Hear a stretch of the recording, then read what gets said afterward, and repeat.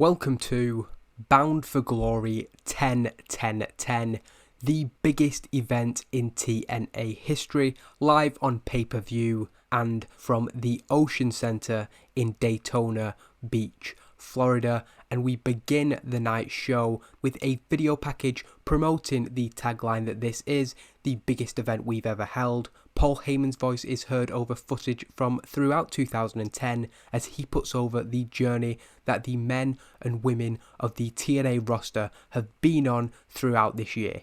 Tonight, everything that has been built for over 10 months comes to a crescendo with World Heavyweight Champion Kurt Angle defending his title in a 60-minute Iron Man match against AJ Styles. That will be the main event of the show, and as Mauro and Taz introduce viewers to the biggest show of the year, they also welcome Mike Tenay back to the booth for the show, the voice of TNA for so many years. He cannot wait for the action to begin on what he describes as the most exciting night in the 7.5-year history of TNA Wrestling.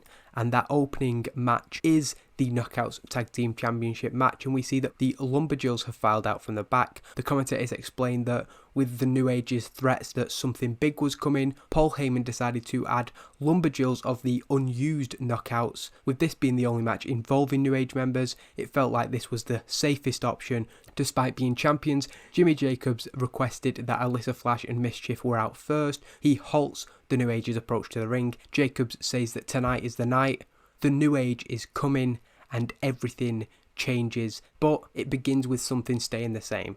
Alyssa Flash and Mischief will leave with the Knockouts Tag Team Championships, and then the fun can begin. Having moved down the ramp throughout the promo as he was addressing the audience, Jacobs is then stopped in his tracks by a wall of knockouts. They ensure that Alyssa Flash and Mischief can get to the ring, but more importantly that Jimmy Jacobs is unable to. The opening match is a decent match as described by the game, but also the rating I'm pretty happy with, and we see that Mickie James is the strongest performer on the night, and the booking of the match is designed to spotlight her given it's her debut. She does actually get thrown to the outside by Alyssa Flash and gets into a brief altercation with Angelina Love and Velvet Sky. This is where the New Age begin to take control of the match, but eventually Tara is able to bring Mickie back in for the hot tag. Mickie hits Mischief with the Mick kick, pinning her to win the match and for her team to become the Knockouts Tag Team Champions. Really happy with that as an opener, and following their victory, Mickie and Tara celebrate becoming the new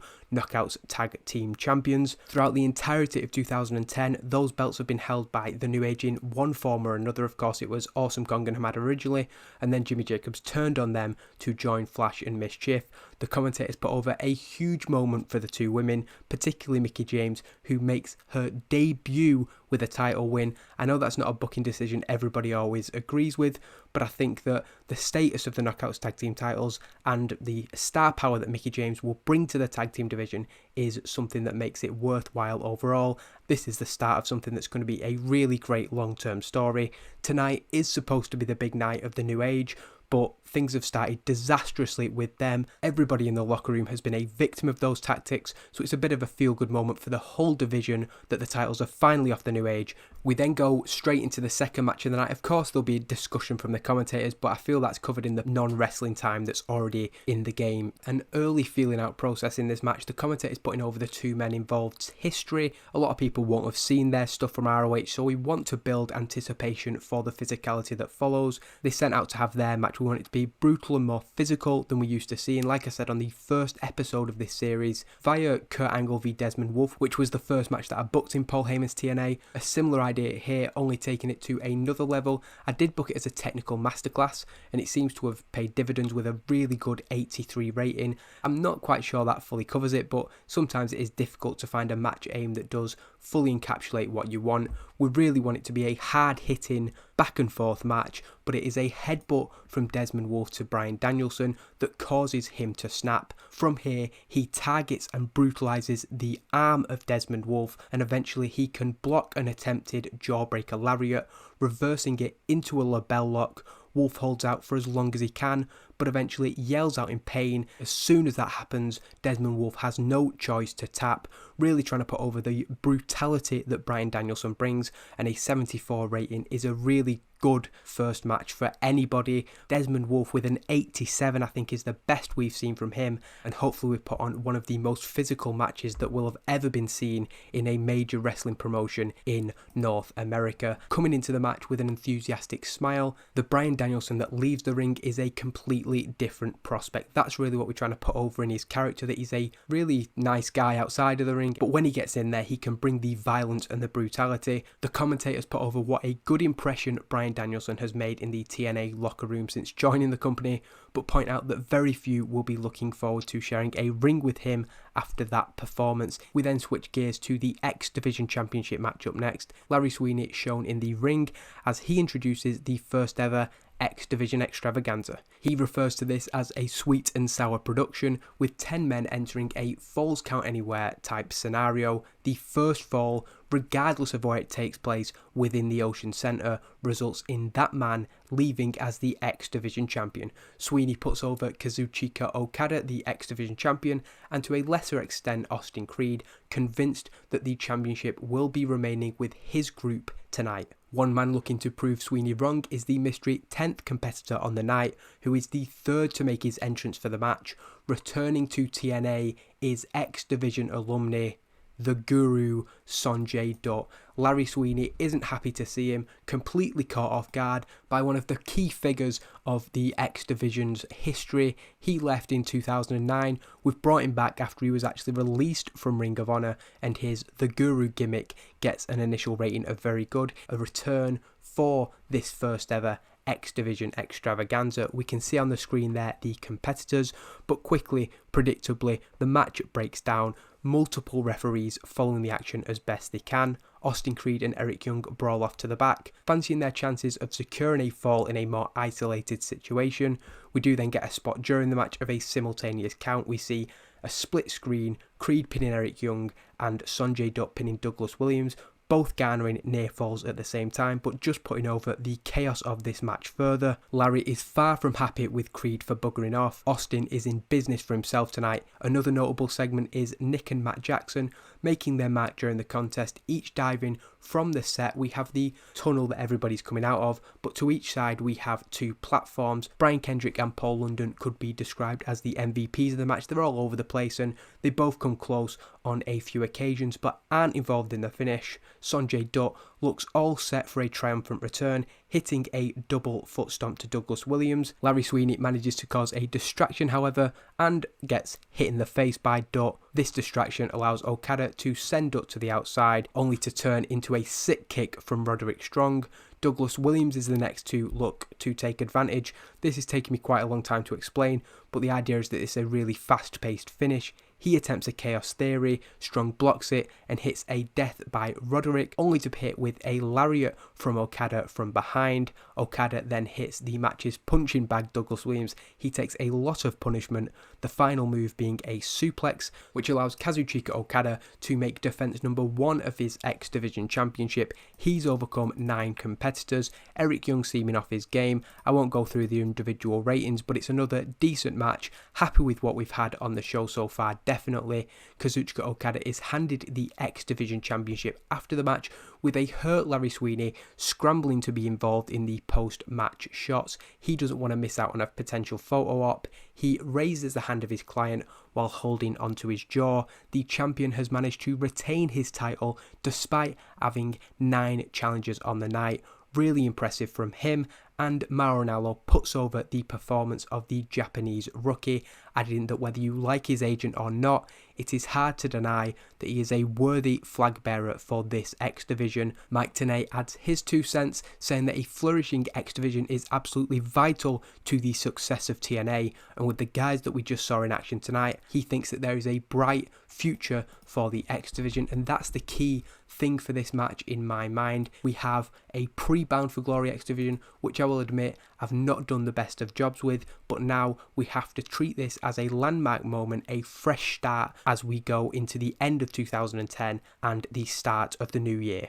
The Knockouts Championship match begins the second hour of the pay-per-view, and the commentators discuss in the early goings the previous meeting between the two competitors, where a rare error of judgment cost Sara Del Rey. Attempting a powerbomb from the corner resulted in her being crushed under Kong's weight. From there, Kong was able to win their match and went on, because that was a number one contendership match, to win the Knockouts Championship as a direct result of Sara Del Rey making that mistake. Awesome Kong is, of course, as always, difficult to break down, but Sara Del Rey takes the proactive approach in the match. Well, it does take her a while. She eventually manages to get Kong off her feet down to one knee. The idea that it's taking quite a long time to break down the champion, but once she's on the ground, she can then look to attack the limbs.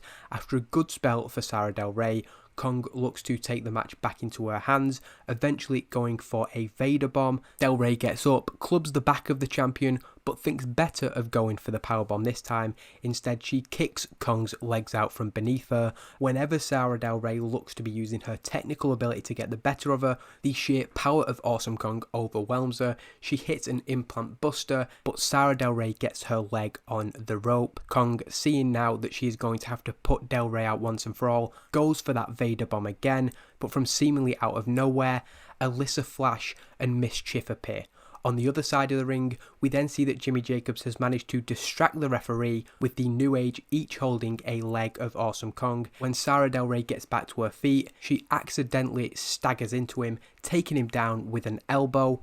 Alyssa Flash and Mischief are now free to enter the ring, and a turnbuckle assisted triple powerbomb follows, taking Awesome Kong down. Despite her hostility towards them recently, it is clear that Sara Del Rey is now certainly working with Flash and Mischief. The very move that cost her those months ago ensures that she can pin Awesome Kong. She drops on top of the champion and wins the Knockouts Championship. Another good match with a 64. I think that's exactly the same rating as the Knockouts Tag Team Championship match, so happy with that. While they have lost one championship in the opening match, the New Age have gained both a member and a championship with Sara Del Rey's victory. Del Rey is then handed a microphone by Jimmy Jacobs at ringside as she declares that this is only the beginning. Del Rey then raises the Knockouts Championship in the air as the commentators put over the symbolism of that power bomb. She failed when doing things the right way and has now joined this group.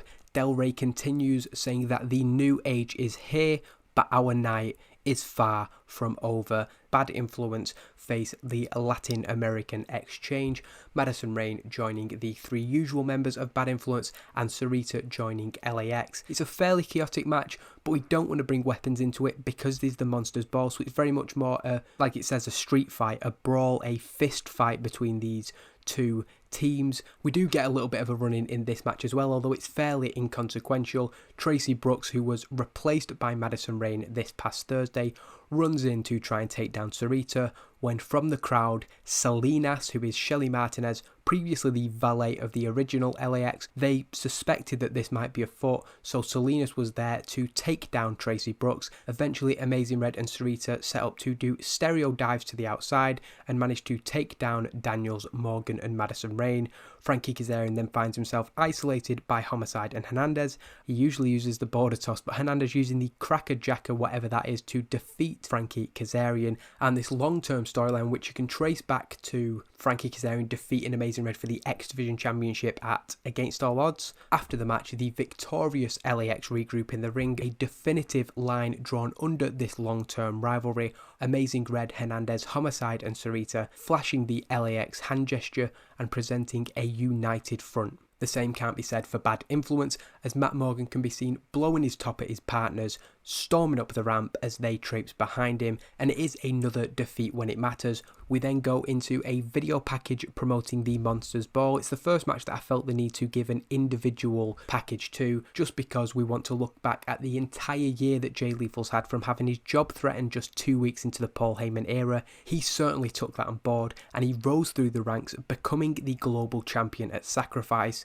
This is where the issues began between Jay Lethal and Abyss, with Jay winning Abyss's title without pinning the monster. From there, Jay Lethal became a double champion by winning the X Division title at Slammiversary, and with a new girlfriend in Maria, he looked to be on top of the world. For a few months it was going great, until the monster re-emerge from the shadows, but now directed by his dastardly father, James Mitchell. Abyss has been as dangerous, if not more dangerous, than he has ever been, embracing his satanic parent. The abduction of Jay Lethal's girlfriend Maria took this rivalry beyond just competition, and with the global championship on the line in Monsters Ball, Jay Lethal fights for just about everything tonight, and we get another decent match. It's not quite there, but a 61 from Jay Lethal's pretty good, and we've definitely seen a fair amount of progress from the start of the year. Going into the booking, James Mitchell and Maria are nowhere to be seen, despite Mitchell's promise that he'd bring the girl if Lethal brought the title. Jay Lethal does fight with all he has, but he is pissing into the wind.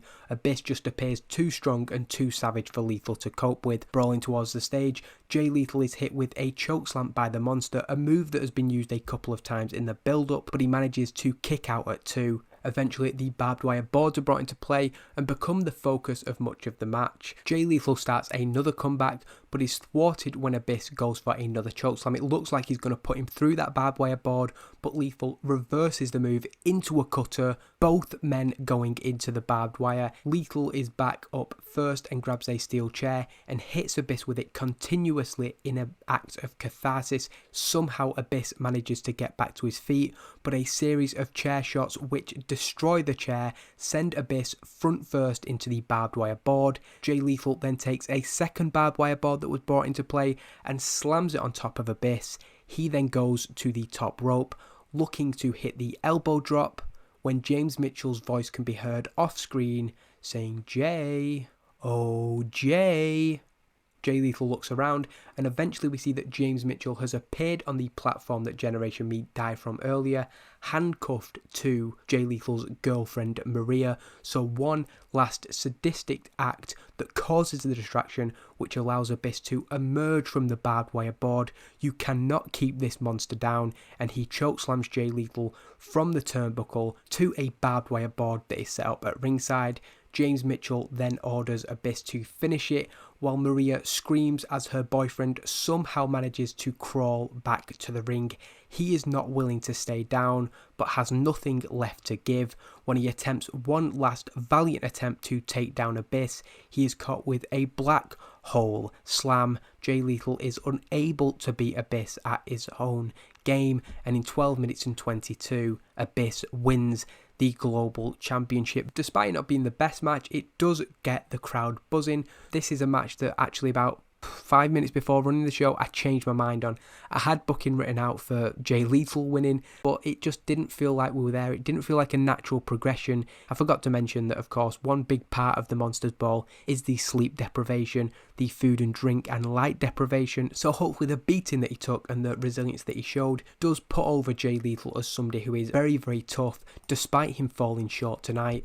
Following Abyss's victory, he stands tall in the ring, being handed the global championship before heading to the platform and joining James Mitchell and Maria Kanellis. The commentators worry that with Jay Lethal dealt with, Mitchell and Abyss have something planned for Maria. However, once Abyss reaches the terrified Maria, James Mitchell produces a key and releases her from the handcuff. Abyss stands at the top of the platform, a monstrous figure casting a shadow over the entire Ocean Center. He is back on top of the world with the global championship in his hands, and hopefully it cuts a intimidating figure. His undefeated streak now stretching well beyond a year. Nobody has pinned him, nobody has made him submit, and with the global championship in his hands, we are still asking 10 months on, who will stop this monster? The attention is eventually taken away from him as we see Maria, who was let go a moment ago, now running down to the ring to check on the hurt Jay Lethal, concerned for his condition but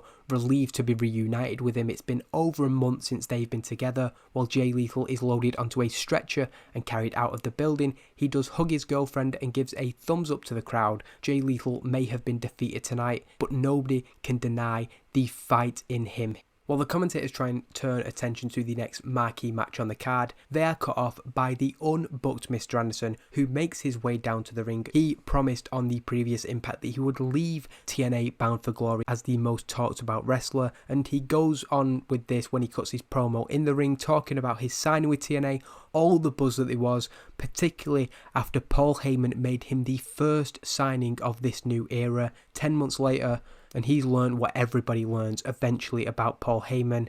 He's full of shit. Just like everybody else who told him that TNA would be different, it would be his chance to prove all the doubters wrong, his chance to be his true self. He says that he came here as his true self. He behaved like the asshole that he is, and as a result, he's not on tonight's show. Not because of his ability, not because of his performances, but because Paul Heyman doesn't like him. He brings up that phrase again, you don't know what you've got till it's gone. Well, he's going to do everybody a favour, but mostly himself. He then goes on to run down TNA, which leads to what looks to be his final decision on his future. However, before he can say those two vital words, the TNA founder, Jeff Jarrett, makes his return to TNA. Not seen or heard from in well over a year, Jeff Jarrett brings his trusty guitar in tow with him as he defends the promotion that he founded. Instead of running down this company, he suggests that Anderson looks at himself in the mirror. Jeff calls the TNA fans the best in the world and says that if you take to this company, then the fans will take to you. Anderson wanted to coast off his name value alone, and that was never going to cut it against the most talented roster assembled in wrestling today. And if Anderson isn't willing to fight to be a success in the company, then TNA is better off without him. He then lists off a series of names who came to TNA from elsewhere, but who put in the work and got what they deserved. Personal differences aside, Kurt Angle did that. Christian Cage, Sting and Tara are just a few of the names that did that, who crossed the line, and as a result, they are loved by TNA fans. He reiterates, if Anderson wants to go, there's the door. Mr. Anderson does seem to take this on board though, and perhaps we're seeing some character development from him as he looks humbled by Jeff's words. He nods his head and he says, "You're right, Jeff." With his head down, Mr. Anderson looks to leave the ring, only to grab the guitar that Jeff had placed in the corner, turn back and smash it over the TNA founder's head. Jeff Jarrett is laid out cold on the canvas, Mr. Anderson getting in the TNA founder's face and asks, "What did you expect?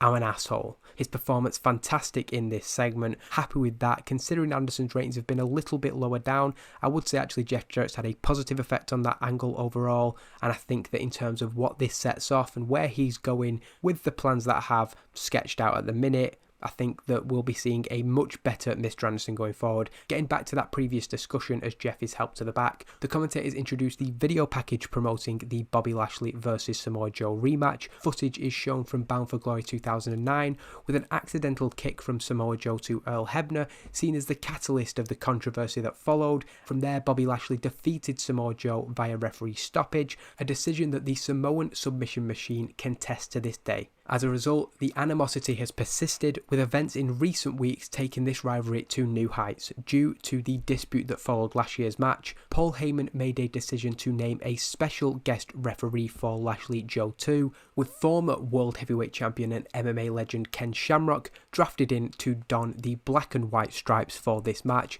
Joe, as always, with a strong performance. Lashley's not quite there, I think just because he's only had a handful of matches, to be honest. I think if we'd been using him regularly, we would have been able to get him up to a better level.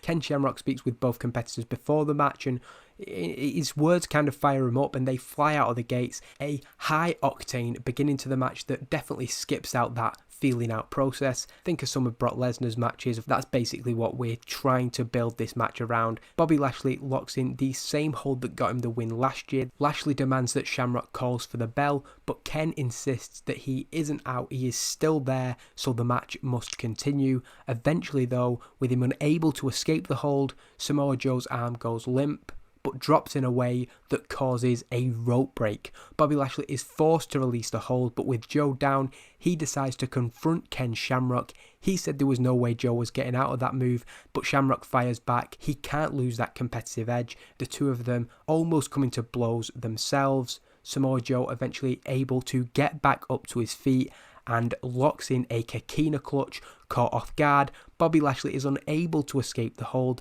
eventually becoming unresponsive to the referee. Ken Shamrock then calls for the bell, justifiably because Bobby Lashley was out cold, but of course the controversy that Lashley took his eye off the ball because of his heated argument with the referee. So Ken Shamrock raises the arm of Samoa Joe in the ring following the match, with the commentator suggesting that the finish to this year's match between the two men is, if anything, more controversial than their match last year. Lashley really only has himself to blame because he took his eye off the ball, cutting away from the ring to the first segment that's outside of the, I was going to say impact zone, but because we're in the Ocean Centre, but the ringside area, a black camper van is shown arriving in the parking lot of the building. Returning to ringside, Mauro now wonders if that is the same vehicle that was reported to have been responsible for the hit and run on Mick Foley 4 weeks ago. Taz wonders who is arriving at the building this far into the show, whereas Mike Tenay says he has a feeling he knows exactly who is in that vehicle, and if he's right, he's frankly disgusted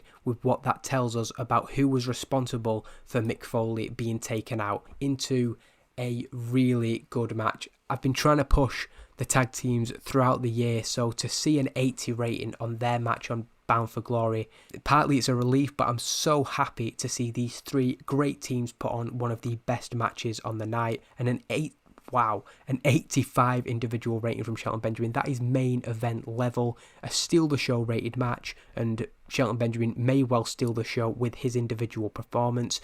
Some of his amazing spots that we've seen throughout the years in WWE, he's had WrestleMania moments. Later in the match, though, it does come to haunt him, the idea that this high risk style that he's always had, and it has cost him more often than not, to be fair. James, Storm and Charlie Haas brawl on the outside precariously over a table. They're on the apron, find themselves the victim of a double sliced bread courtesy of Alex Shelley. Chris Sabin is later taken down with a spinebuster through a table by Robert Roode. Roode then looks to take advantage of the pile of bodies. He's climbing up, but Shelton Benjamin does one of his spots, running up the ladder and clotheslines Roode from it. Eventually it is Haas and Storm who brawl on separate ladders, only to be hit with chairs from behind by each member of the Motor City Machine Guns. So we tried to have big spots and important key spots involving the tables, the ladders and the chairs, and with Sabin and Shelley completely uncontested, each of them take down a title. The Motor City Machine Guns make defense number 2 of the TNA World Tag Team titles. I've tried so hard to get them over throughout this year, but we see the rating of the 44th of their post-match isn't that good. It shows that they're not quite getting there in the overness, but they've overcome the challenge and the stories that I want to tell. The game is just a base for what I want to put across. Not going to worry about it too much. They celebrate on top of the ladder as we take a look back at the highlights of another action-packed contest on the night. Bodies are shown laid out all over the arena floor, with the physical toll of this match on display for everyone to see. I think these tables, ladders and chairs or multi-man ladder matches are always a great thing to have on a big show because it gives you like a spectacle of a match. The commentators put over the incredible year that the Motor City Machine Guns have had, with Mike Tenay particularly paying tribute to the journey that they've been on. They are still our tag team champions and the voice of TNA throughout Shelley and Sabin's formative years with the company. Tenay says that nobody can have any doubt that Motor City Machine Guns have become the greatest tag team in the world, and he speaks with pride at seeing what incredible competitors they have become. Wrestling's greatest tag team and Beer Money are two of the best teams in the world, but these are two guys who for me exemplify what we're trying to get over with the young, hungry and aggressive movement. Switching gears, focus turns to the up and down year of Jeff Hardy. One highlight he did experience was at Slammiversary, teaming with his childhood hero and AJ Styles in a victory over Bad Influence. When Jeff Hardy hit a low point in the year, this relationship that he developed with Sting in the build-up to Slammiversary came into play. The Icon saw something in Jeff that he'd seen in himself and in other competitors who didn't stand the test of time. Sting looked to intervene, but the charismatic Enigma wasn't willing to accept the olive branch. He didn't feel that he needed any help, and while the respect between the two has persisted, a clear tension remains between them. Tonight at Bound for Glory, Sting is looking to get Jeff to snap out of it,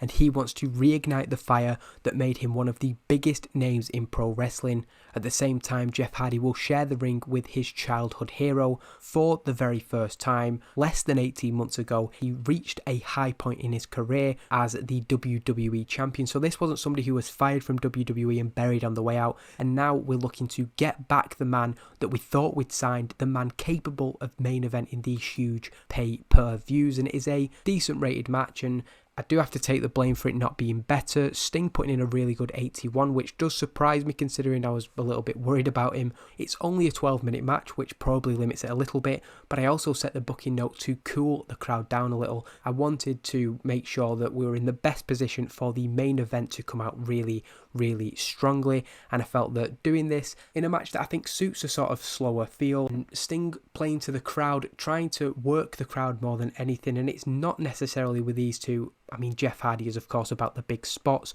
but it's not necessarily about having a hugely intense match throughout. And the story of the match itself, I think, suits a slower pace because Sting's looking to agitate Jeff Hardy and bring the fire out of him, but he also sees how this can be used to his advantage by making Jeff Hardy really, really mad and then taking advantage of the mistakes that follow. And he nearly does that, coming close with a Scorpion Deathlock. The commentators put over that Jeff Hardy can just quit if he isn't up to competing at the top level anymore. He'll tap out, but Jeff Hardy scrambles to the ropes.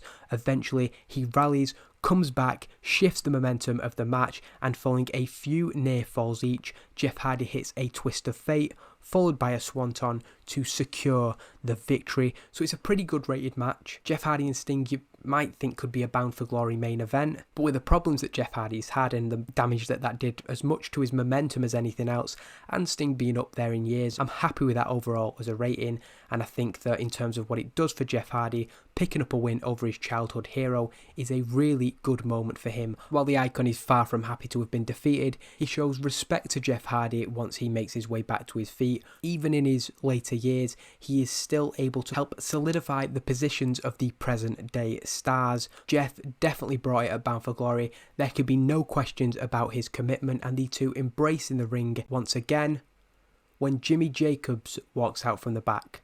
The lights then go down, and on the screen we see the Project 10 to the power of 3 logo. It then becomes Project 10, 10, 10.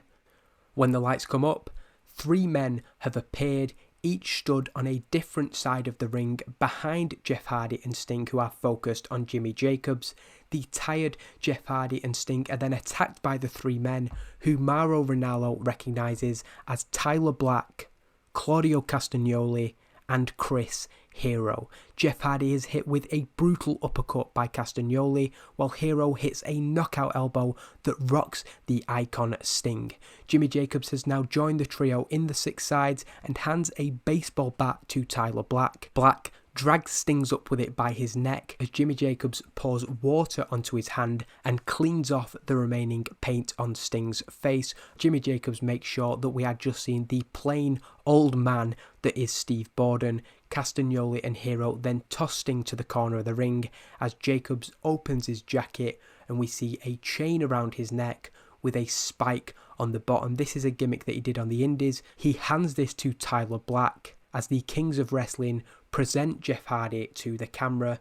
Tyler Black drives the spike into the skull of the charismatic Enigma, busting him wide open. Jeff Hardy slumps to the ground with the baseball bat across his windpipe. Hero and Castagnoli present the head of Sting, while Tyler Black drags Jeff Hardy up in a similar fashion with the chain of the spike. Jimmy Jacobs stands between the 2 victims, who are presented in the way a hunter presents his trophy. Jacobs says the words he has been waiting 10 months to say: "The new age has arrived." So it's not a particularly highly rated segment, but the storyline implication and what it does for the company going forward. The night that everything changes, 3 Ring of Honor alumni, and their signings are actually based on their contracts in reality. I've heard the story that Tyler Black was really, really close to signing with TNA back in 2010, and it was actually Jim Cornette who talked him out of it, thinking that he would be better waiting for an offer from WWE. That turned out to be what he did do, but I think in this timeline with Paul Heyman at the helm of TNA, we may have been able to get him over the line. I also read that Hero and Castagnoli re-signed with Ring of Honor in September 2010, so before this save even started, well over a year ago, I had these 3 signings in mind. Whether I'd be able to pull it off at the time, I wasn't sure, so I did have some backups who will probably be signings that I make in the future. So we have 2 groups of 3 now as the New Age. We have the female side of the New Age and the male side of the New Age, with Jimmy Jacobs in the middle, and hopefully this is an impactful debut. I thought of all the matches on the card, one between arguably the biggest star that we have, certainly in terms of the wider wrestling scene. More people, I think, know who Jeff Hardy is. He's a more recognisable figure than even Kurt Angle and AJ Styles probably at this time, while Sting is the legend, the icon, the last bastion of the old age. Tyler Black debuting, his gimmick getting very good, Chris Hero with a great, Castagnoli with an adequate, as good as you can hope for while having 3 debuts at the same time. Sting and Jeff Hardy both doing really well in this segment when trying to make Tyler Black, Chris Hero and Claudio Castagnoli look important, and trust me, they'll be very, very important in the future of TNA. And out of that, we go into the video package that promotes the main event. We get words from AJ Styles, Kurt Angle and Paul Heyman, pre-recorded talking heads from them. I've really been keen, I've banged on about it quite a bit, that I wanted to have a hot storyline going into the main event of Bound for Glory, because I always get that negative note of the main event being penalised because of the rating. I didn't want that to happen and spoil our Bound for Glory main event. We do gain heat to the storyline at the very last moment, and the package itself features footage from Genesis 2010 where AJ Styles defeated Kurt Angle to retain his World Heavyweight Championship. At Lockdown, the rematch saw the result reversed as Kurt Angle made AJ Styles tap out to the ankle lock. This was the start of a little bit of a downward spiral for AJ Styles. Since then, Kurt Angle has embarked on a dominant title run, shaking any lingering doubts that he could keep up with the young, hungry and aggressive movement that had taken over TNA Wrestling. Both AJ Styles and Kurt Angle believe they are the best wrestler in the world. Paul Heyman feels for sure that they are number 1 and number 2, but who will be the undisputed top guy in TNA? That is the question that will be answered in the Bound for Glory main event. The commentators putting this over, Jeremy Borash with the big match introductions, and it is now time for that 60-minute Iron Man match with the TNA World Heavyweight Championship on the line. And the first thing to know is that match rating. I had high hopes for this match, I have to admit, but to see the 92, to see our undisputedly best match so far, the fact that we've built this as the most important show in TNA history, and that now translating into the best match that we've done, and almost certainly the best event, it's such a great feeling knowing that the 10 months have culminated with potentially the best match in TNA history. You know, obviously you can't translate TEW ratings into real life ratings, but what would that AJ Styles, Christopher Daniels, Samoa Joe match from Unbreakable 2005 have got in the game? So it's certainly up there, and we can build this, I think, as the best match in TNA history. 60 minutes, the commentators putting over that there is no chance of overtime. If we are tied after the hour is up, a regular rematch will be automatically signed for Turning Point. The two men, of course, go out to have the best match they possibly can. I kept it pretty simple with the booking notes. I think I just did a regular match. We didn't specifically choose any note. AJ Styles may have reason though to curse the stipulation, as after about 20 minutes he hits a Styles Clash that secures him the first fall. The commentators putting over that if this was a normal match, if we decided to just have a singles match as the Bound for Glory main event, we'd have a new champ now. It's more than 10 minutes then before the next fall. AJ Styles does tap out to the ankle lock. Kurt Angle ties it up, but largely because AJ decided it was better to tap out and live to fight another day, as opposed to potentially injuring himself and costing himself the contest overall. It is noted that the first 2 falls are exact replicas of how each man secured their previous victory over the opponent. From here, there are many near falls, but entering the final minutes of the contest, it remains at 1-1. They have shown once again just how closely matched they are, both kicking out of each other's big moves, and it is looking like that tie may be the most likely outcome, which AJ Styles might accept that at this point he's injured, he's selling his ankle, and it's suggested that AJ's best tactic now may be to play defensive, take the 1-1. Remember, he got the first fall, so if he can just do the same thing at Turning Point, he would leave with the TNA World Heavyweight Championship. But that's not in the DNA of AJ Styles. He promised on Impact that he would leave it all in the ring, and he manages to work himself into a final potential winning position. This time with around a minute to go, he goes for the phenomenal forearm, the move that we've been trying to build up recently. He's refined it, he's made it a more vicious move, and it has seen him score a number of victories since his return. He hesitates on his first attempt, however, feeling the pain in his ankle, really putting over the damage that was done in that ankle lock earlier. His second attempt sees him fly through the air towards the World Heavyweight Champion, only for Angle to duck out of the way at the very last second. AJ Styles lands badly on his already injured ankle, and in the moment it takes him to assess that damage, Kurt Angle hits him with a final angle slam. He is barely able to drag himself across to AJ, but with both men absolutely spent, Kurt Angle is able to gain the third fall of the match. AJ Styles' final gamble proving costly. He could have played it safe and secured that rematch, but it does save us from an underwhelming tie. The final 30 seconds of the contest put over just how evenly matched these two are. There isn't a dramatic finish, there isn't a rush for AJ to try and get a final fall, because these two men are just too tired. The final moments of Bound for Glory's main event play out in silence, both men not moving. The bell rings. Kurt Angle retains the World Heavyweight Championship with a 2-1 victory in this Iron Man match. We end Bound for Glory with Kurt Angle proving himself as the best wrestler in the world. No shame for AJ Styles, of course, and the commentators continue to put over the match that preceded, with emphasis on just how evenly matched these two men were and still are. This is highlighted by the fact that neither man moves during the final moments of the match or following the bell. We want to put over that this hour has taken literally everything out of them. Kurt Angle stirs slightly as Earl Hebner lays the World Heavyweight Championship on top of him and raises a limp arm in the air. Bound for Glory is signed off on in the highest regard by Mauro Ranallo, Mike Tenay and Taz, although the final shot of the show plays out with no commentary from those three men. Shot from above, we see Kurt Angle laid face down in the ring with the title draped across him. This is the only marker that could possibly differentiate between a winner and a loser in this match. AJ Styles lays looking up at the lights, completely unmoved from the moment he was hit with that final angle slam. What is clear is that these two men are the very best wrestlers in TNA today, the best wrestlers in the entire world, and the finest of margins decided it between them.